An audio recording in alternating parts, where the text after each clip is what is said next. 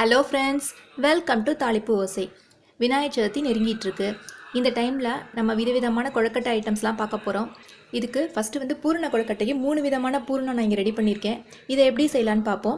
இது வரைக்கும் நம்ம சேனலுக்கு சப்ஸ்கிரைப் பண்ணாதவங்க சப்ஸ்கிரைப் பண்ணிவிடுங்க. பெல் ஐக்கானை கிளிக் பண்ணி ஆல்ங்கிறத ப்ரெஸ் பண்ணிக்கோங்க. கடலைப்பருப்பு பூரணம் செய்கிறதுக்கு நான் கடலைப்பருப்பு ஒரு 75 கிராம் எடுத்துக்கிட்டு அதை 1 மணி நேரம் ஊற வச்சு குக்கரில் வேக வச்சு எடுத்திருக்கேன். நான் நல்லா மலர்ந்து வந்திருக்கு. உங்களுக்கு எந்த அளவுக்கு வேணுமோ அந்தளவுக்கு மசிச்சுக்கோங்க. சில பேருக்கு கடலைப்பருப்பு முழுசாக இருந்தால் தான் பிடிக்கும். அப்படி இருந்தது அப்படின்னா நீங்கள் மசிக்காமையே சேர்த்துக்கோங்க. வெல்லம் ஈக்குவல் குவான்டிட்டி எடுத்திருக்கேன். இது எவ்வளோ எடுத்தனோ 3/4 பங்கு எடுத்தேன்னா அதே அளவுக்கு இதுலேயும் எடுத்திருக்கேன். தேங்காய் ஒரு 2 ஸ்பூன் எடுத்திருக்கேன். ஏலக்காய் தட்டி வச்சுருக்கேன். அதோட விதைகளை மட்டும் சேர்த்துக்க போகிறேன். ஏலக்காய் பவுடர் நீங்கள் வச்சுருந்தீங்கன்னா சேர்த்துக்கலாம். இப்போ இதை எப்படி செஞ்சிடலான்னு பார்த்துடலாம். ஃபஸ்ட்டு பேனில் வெள்ளத்தை சேர்த்துக்கலாம். தண்ணி கொஞ்சம் சேர்த்துக்கலாம். அதில் மண் தூசி எதுவும் இருக்கும் அப்படின்னா நீங்கள் வெள்ளம் கரைஞ்சதுக்கப்புறம் வடிகட்டிட்டு அதுக்கப்புறம் கொதிக்க விடுங்க. நல்ல வெள்ளம் இது போல் கொதிச்சுட்டு இருக்கும்போது நம்ம இந்த பருப்பை சேர்த்துக்கலாம்.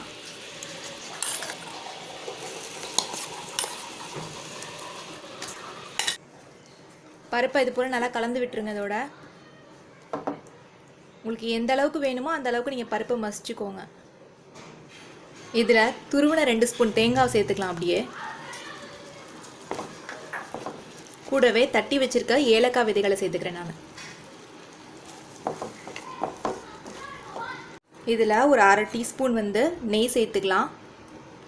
நல்லா கலந்து விட்டுருங்க.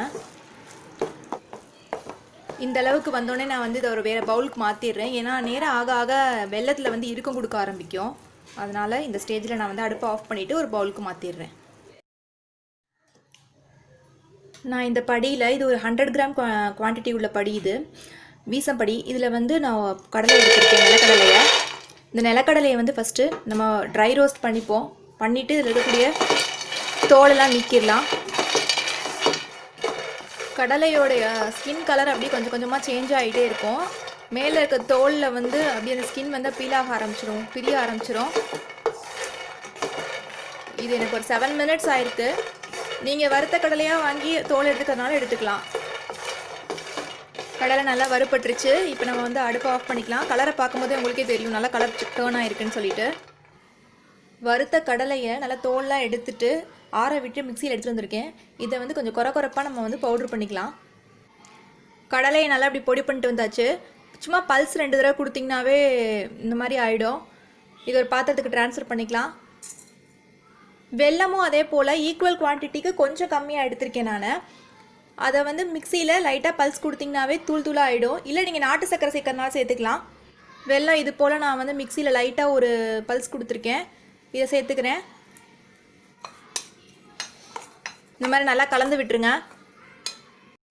இது போல் கலந்து விட்டுட்டு எடுத்து வச்சுருங்க. ஒரு பவுலுக்கு ட்ரான்ஸ்ஃபர் பண்ணிவிடுங்க. நம்மளுடைய நிலக்கடலை பூரணம் ரெடி ஆகிடுச்சு. நிலக்கடலையே நான் இந்த அளவில் எடுத்துக்கிட்டேன். இதில் 3/4 பங்கு தான் நான் வெல்லம் எடுத்துக்கிட்டேன். ஸோ அதுவே எனக்கு கரெக்டாக இருந்தது. உங்களுடைய ஸ்வீட்னஸ்க்கு ஏற்ற மாதிரி நீங்கள் அட்ஜஸ்ட் பண்ணிக்கோங்க. இந்த அவல் தேங்காய் பூரணம் செய்கிறதுக்கு நான் இதே போல் ஒரு 100 கிராம் அளவுள்ள மெஷர்மெண்ட் உள்ள கிளாஸில் அவல் எடுத்திருக்கேன். இதில் உமி எதுவும் இல்லாமல் பார்த்துக்கோங்க. உமி நெல் எதுவும் இல்லாமல் பார்த்துக்கோங்க. க்ளீன் பண்ணி எடுத்துக்கோங்க. இப்போ இதில் லைட்டாக தண்ணி தெளிச்சுக்கிறேன்.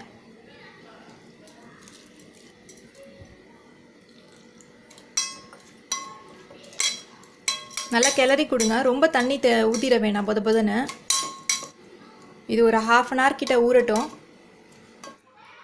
அவல் 1/2 அன் ஹவர் ஊறிடுச்சு. நல்லா ஊறி தண்ணி எதுவும் இல்லாமல் இருக்குது பாருங்கள். அதனால் கொஞ்சமாக தண்ணி ஆட் பண்ணிக்கோங்க.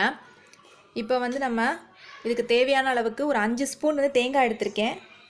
வெல்லம் ஒரு 1/2 பங்கு எடுத்திருக்கேன். எதால் அவல் அளந்துக்கிட்டனோ அதில் 1/2 பங்கு வெல்லம் எடுத்திருக்கேன். ஏலக்காய் விதைகளை தட்டி வச்சுருக்கேன்.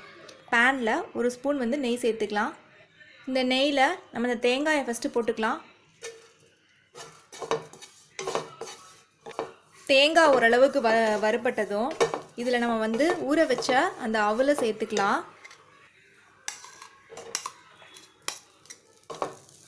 அவலை சேர்த்துட்டு நல்லா கலந்து விட்டுக்கோங்க. ஆல்ரெடி நல்லாவே ஊறினதுனால அவல் 3/4 பதத்துக்கிட்ட வெந்திருக்கும். அவல் நல்லா சாஃப்டாகிடுச்சு. இந்த ஸ்டேஜில் நம்ம எடுத்து வச்ச வெல்லத்தை தூள் பண்ணியிருக்கேன். இதை சேர்த்துக்கலாம். சேர்த்துட்டு நல்லா கலந்து விடுங்க. வெல்லம் நல்லா இலக்கம் கொடுக்க ஆரம்பிக்கும் இந்த ஹீட்லேயே. ரொம்ப நேரம் அடுப்பில் இருக்கணும்னு அவசியம் இல்லை. இந்த ஹீட்லேயே வந்து வெல்லம் உருகினதுக்கப்புறம் கொஞ்சமாக ஏலக்காய் பவுடர் தூவிக்கிறேன். கலந்துட்டு அடுப்பை ஆஃப் பண்ணிடலாம். இப்போ இதை ஒரு பவுலுக்கு மாற்றிக்கலாம். நம்மளுடைய 3 விதமான ஸ்வீட் பூரணங்கள்லாம் ரெடி ஆகிடுச்சு. ஸோ ட்ரை பண்ணி பார்த்துட்டு உங்கள் கமெண்ட்ஸ் எனக்கு சொல்லுங்கள். இந்த வீடியோ உங்களுக்கு பிடிச்சிருந்துச்சுன்னா லைக் பண்ணுங்கள், ஷேர் பண்ணுங்கள், சப்ஸ்கிரைப் பண்ணுங்கள். தேங்க்ஸ் ஃபார் வாட்சிங்.